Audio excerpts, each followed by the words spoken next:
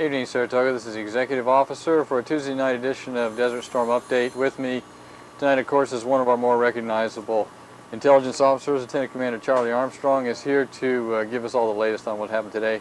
We'll start off by talking a little bit about today's strikes, and then we'll roll into some videos that we got, and I guess we've got some pretty good videos that the captain was talking about on 1MC this evening. Let's start off by discussing today's strikes. Charlie, what the targets were, and then we'll go over to the chart here and you can show us about where they all happened.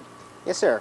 Well, good evening. Today we've already accomplished three significant strikes into the eastern part of Iraq. Tonight we've got two more strikes, and hopefully they'll be just as successful. As we move to the chart here,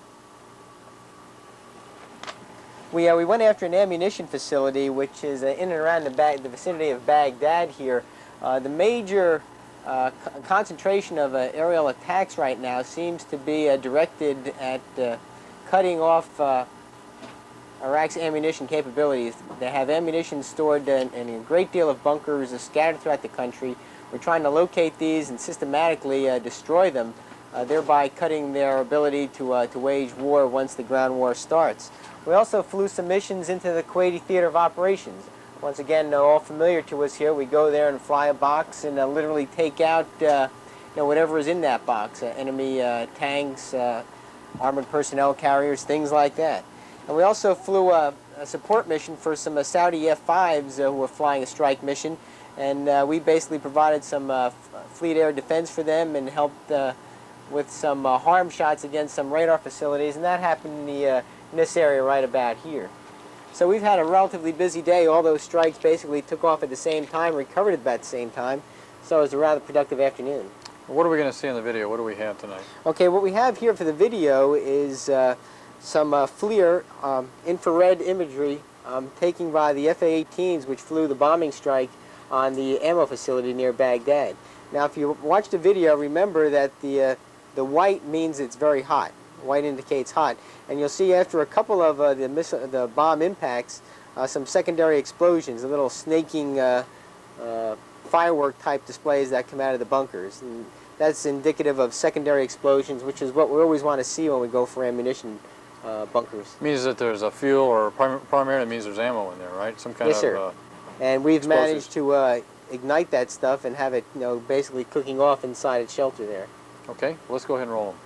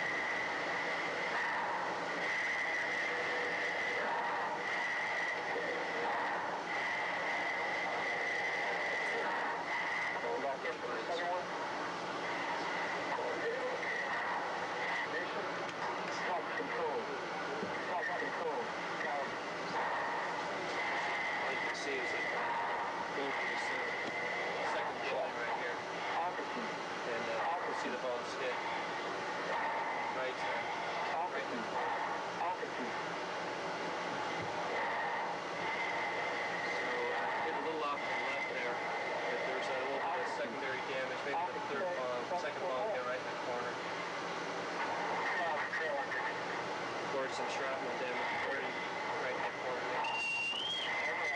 Smoking out, relit, all out the last page.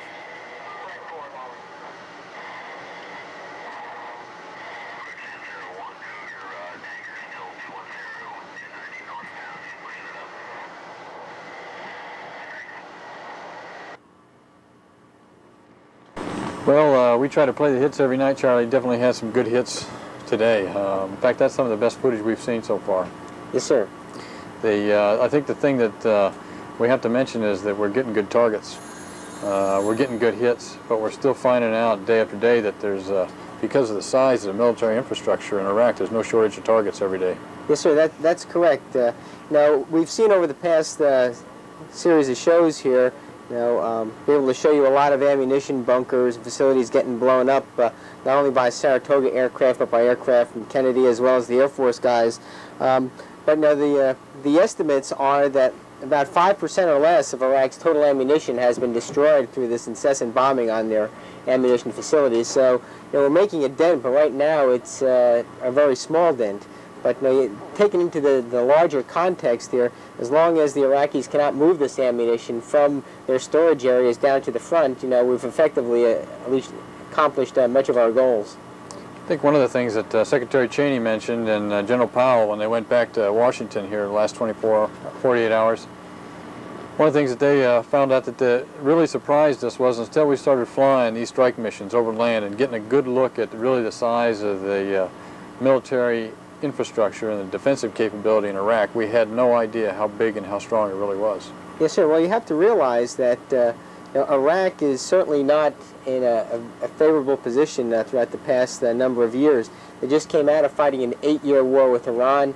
They're not on very good terms with Syria. They're certainly not on very good terms with Israel.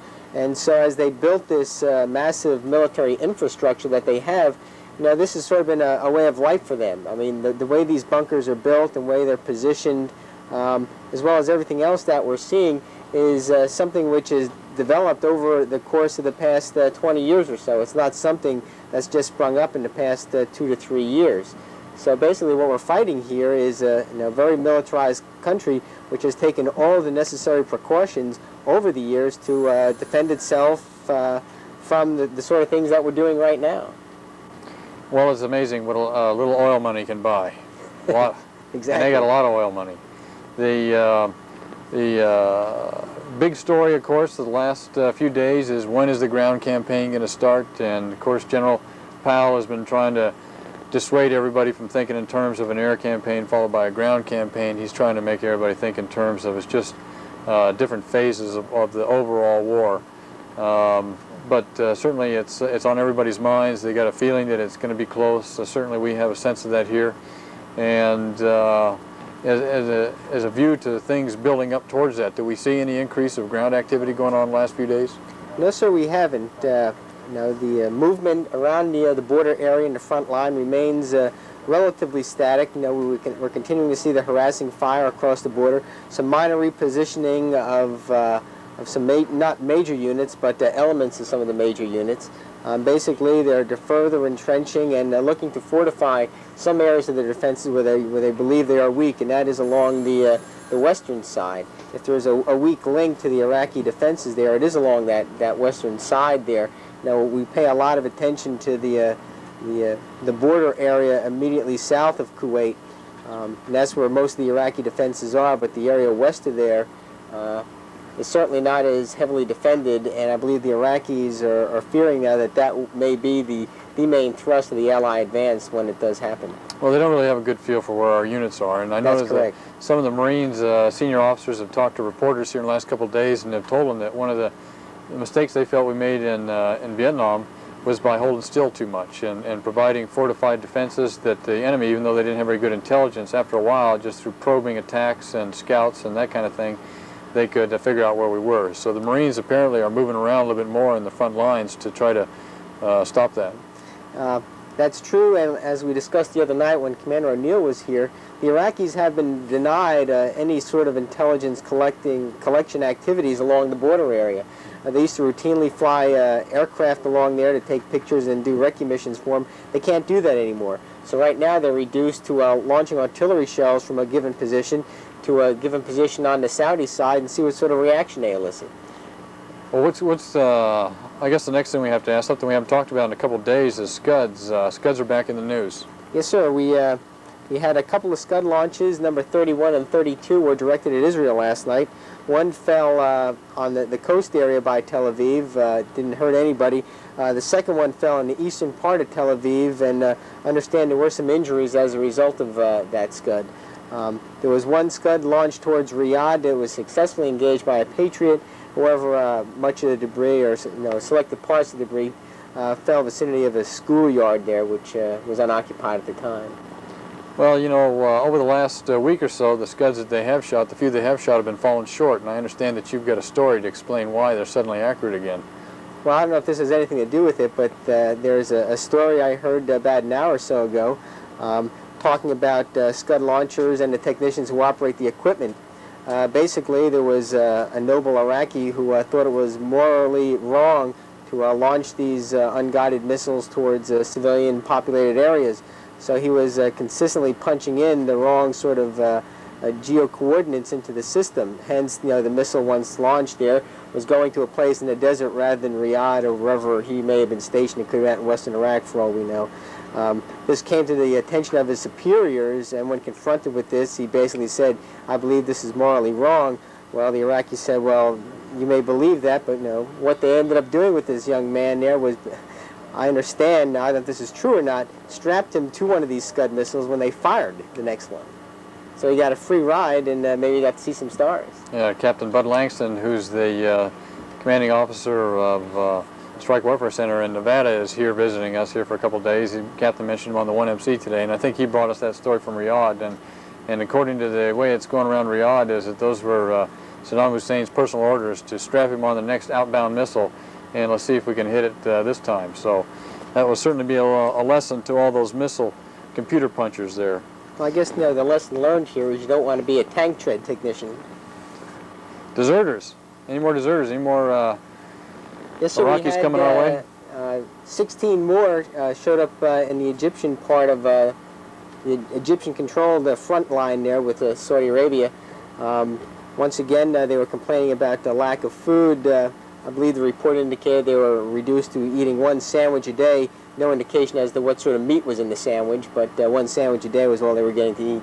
They seem to be turning themselves into the Saudis and the Egyptians at a higher rate than they're turning into the Marines. Any particular reason why? Well, no, there's been a major propaganda effort by Saddam Hussein with regards to the Arabs versus the Christian soldiers there, and it's sort of been drummed into these guys' heads that if they turn themselves into the Americans or the British or the French or the Italians, that they will be not treated very well, and they'll be treated much more favorably if they turn themselves into another Arab. There was an interesting story today that came out of Baghdad, apparently, on the radio, that a hill called Tourist Hill in Kuwait City had been bombed fairly frequently in recent days by American jets, which led the Iraqis to show greater interest, and in exploring it a little bit, they found that it was a big arms cache of American supplied arms to the Kuwaitis that had been left over. You heard anything about that, or is it any verification of that at all? No, sir. The only thing that I have to add to that is there was a news report, in addition to the one you probably saw, which made reference to the Iraqis finding a large cache of weapons that the Kuwaitis had left behind, weapons essentially provided by the Americans. Hawk missiles, harpoon missiles, a variety of things according to them, but who knows what's really Well, there. the harpoons won't do them a whole lot of good because, with the exception of one OSA boat right now, which is not certainly harpoon equipped, it's a Soviet-built ship, all of the other Iraqi missile patrol boats have either been destroyed or sunk. I guess we're getting into tank counts and armored personnel carrier counts and any other kind of hardware count these days. Since we can't count bodies, we have to count hardware. We've got to count something. The reporters, I think, are forcing us to count something. So what's the latest count? The latest count, and these are ballpark figures, I don't want to get real specific with you, it's immaterial anyway. Well over 800 tanks have been destroyed. Well over 600 APVs have been destroyed, and a little over 700 artillery pieces have been confirmed as being damaged beyond repair. Inoperable. Air war. Any shoot-downs today? No, sir. The last shoot-down recorded was an F-15 splashed an Iraqi helo yesterday. Well, it shows that the Tomcats aren't the only helo killers out there. The F-15s can do it as well. Well, I guess it's getting kind of cutthroat for the interceptor pilots because... not many targets. Not many targets, and, anything flies, it's game. Anything go back across the Iranian border today? No reports of any further defections or guys running the safe haven. What's the count now? How many do we think is actually there? Last count is anywhere between 140 and 150. And the that's bulk still of which are high-performance fighters, interceptors. High-value aircraft. Yes, sir. Smaller number of transports. Okay. How about on the sea battle? Wisconsin still on the firing line? No, sir. Neither Wisconsin nor Missouri are in Fire Support Area 1 right now. They're back operating in the central Persian Gulf, although I expect one of them will be moving back up there in the near term to provide gunfire support in support of marine objectives there along the coast. What was the final results? Did the initial BDA appear to be promising from both battleships? Yes, sir. Was there any summary of how they did? Not that we've seen. We get some of those reports sporadically from the Gulf, but both battleships, using their remotely piloted vehicle, their little RPG, zipping around there with its video camera, provided excellent targeting, and it made it much easier for the battleships to engage, bunkers and other facilities which the Iraqis had been using. The system seems to be working very well. Switching over to the political side here a little bit, King Hussein was on TV. In fact, he was on CNN right here, I think, 2 days ago. And we had him a day late, so actually live 3 days ago on Jordanian TV, very critical about the Allied coalition movement, what was going on, seemed to be favoring Iraq very clearly. And then, of course, the next day, President Bush had some fairly harsh comments as a result. I understand today that, that King Hussein is retracting some of those things and said he was misinterpreted and misunderstood. Yes, sir, he has done that, and the king is certainly between a rock and a hard place. He's got a population which, for all intents and purposes, backs Saddam Hussein and his efforts. However, the realities of the political situation for Hussein is that he cannot, he'll certainly lose his reign if any sort of military action involving Jordan happens. If Israel comes across the border, I mean, it's no contest. If the Iraqis come across the other border, or somehow Jordan gets involved with the Iraqi side, that makes them a free target. Everything that the king has worked to establish over these years goes down the drain very rapidly. Do we have a feel for whether he's still got people driving tanker trucks and whatnot in and out of Iraq? Yes, he is still driving tank trucks, and it's one of their major economic concerns right now, because the bulk of the petroleum products for the industrial base for Jordan comes from oil from Iraq. Syria has offered to provide some of the oil at a cost, of course. The Iraqis were providing it basically free. So now what you have is Jordan is not getting the oil from Iraq. and the quantities that they were used to getting for free. What they are getting is a smattering of that, and those trucks, literally have to run the gauntlet of that interstate highway there between Amman and Baghdad, where we have A-10s and all sorts of other fighter aircraft flying around, literally looking for tank trucks and looking for things that may be transporting military-type equipment. So it's not very safe to ride on that highway, especially after dark. So his entire economic infrastructure here is crumbling. He has a potential of literally inflaming the population unless he continues to go with this pro-Iraqi rhetoric. So he's walking a very fine line right now, and that's why he sort of waffles. One day he'll bluster on the Iraqi side, and the next day, once he gets a visit from the U.S. State Department representative, he sort of backtracks a bit and tries to suck up to the United States a little bit. He's in a very difficult position right now. Well, the embargoing of shipping going in and out of the Gulf of Aqaba and into his port obviously has hit his economy hard. Exactly. Foreign currency reserves have got to be low. He doesn't have much money to buy other people's oil with. And the Saudis have a pipeline into Jordan that they turned off a while back, right? So there's another oil source been denied them. I understand they're asking the Saudis to turn that back on, but I guess nobody knows what's going to happen. Well, if they've asked the Saudis to turn that back on, I think the Saudis, given the right incentive, they will extract a very high price out of King Hussein, and that high price will certainly work to our advantage. You mentioned Aqaba. Right now the shipping in and out of that port is greatly reduced. We're seeing on a given day maybe 3 ships, and that's total coming and going. There's perhaps a dozen or less ships in the port facility right now. There's no one really going in and out of there. Okay, what else is going on? And by the way, before he goes on, we do have operators standing by here, 7263, for your easy questions tonight, fellas. We've got time for a few easy questions. Go ahead. Well, we've had some political type activity happen.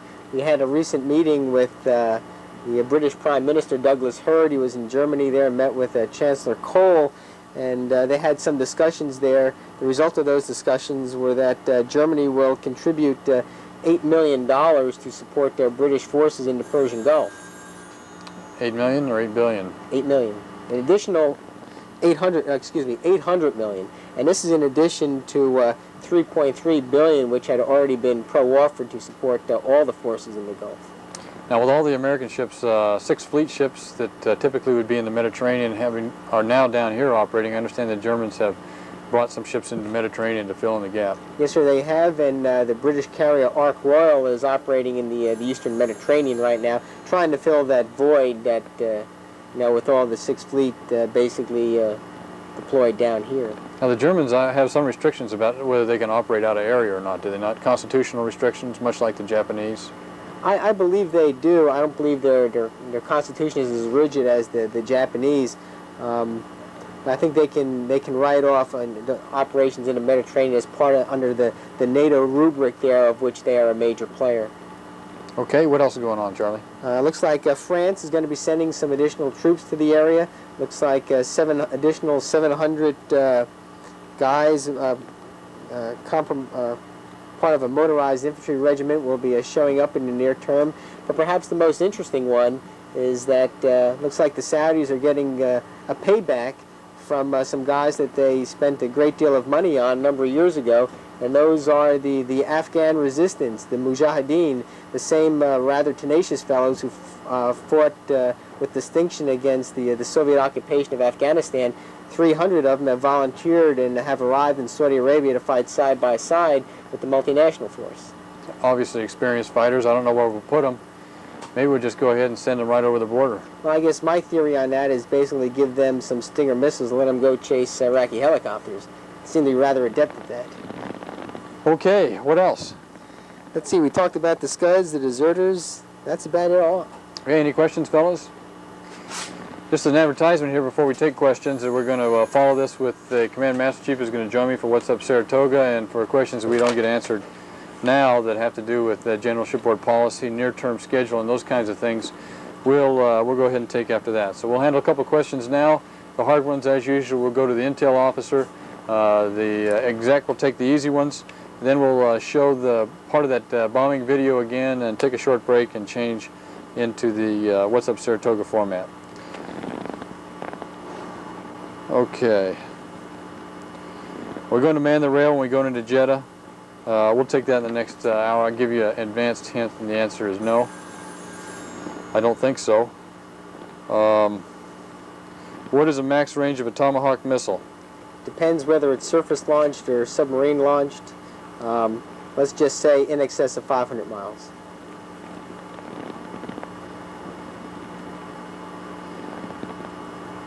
Rumor has it that we transit the Suez Canal on February 20th. Is there any possibility of that happening? He's looking at me on this one. I'd say that there's always a possibility, but there's a very slim probability. Talked the other night that the probability is that we're going to be right here in the Red Sea at least through the month of February. Okay. Fellas, do you have any other intel type questions? No, just policy questions. With that then, I'll thank Lieutenant Commander Charlie Armstrong for being with us again tonight, and see you in a few minutes. We'll go ahead and sign off for Desert Storm Update and put on that video and then shift over to What's Up Saratoga. Thanks, Charlie. Yes, sir.